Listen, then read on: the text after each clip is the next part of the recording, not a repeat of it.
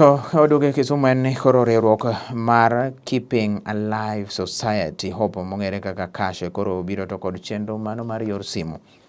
ma gibiro konyo godo jogo ma ojwang' e yudo chenro mago mag doho kata yorego mago mag ratiro e doho mopogore opogore. Direkta mar riwruogno Thomas Abong wacho ni koro e yor simu nogono mong'ere kaka dhok machielo kaka app biro miyo joma tiyo kode oyud anena gik moko ma itiyo godo kimanyo e yorego mago mag ratiro kaka pith reform, chike kaachiel to kod wechego mag thieth. Magi negi tero kata bende negi sidho e kinde mane sidho cheno ma kamane boma Kisumu kama Bong bende medo ni mano bende biro miyo jogo ma odak e gwenge mago mabocho nyalo yudo chenro mag doho kokalo e app no machiegni kodgi mok giluwo kuonde mabocho.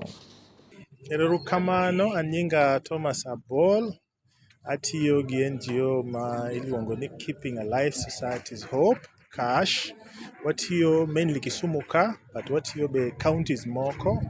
and wan gi services mag human rights, mag health, joma tuo, we offer services, mostly members mag community ma cannot, mok nyal dhi hospitals for to pay for their services, and we are launching an app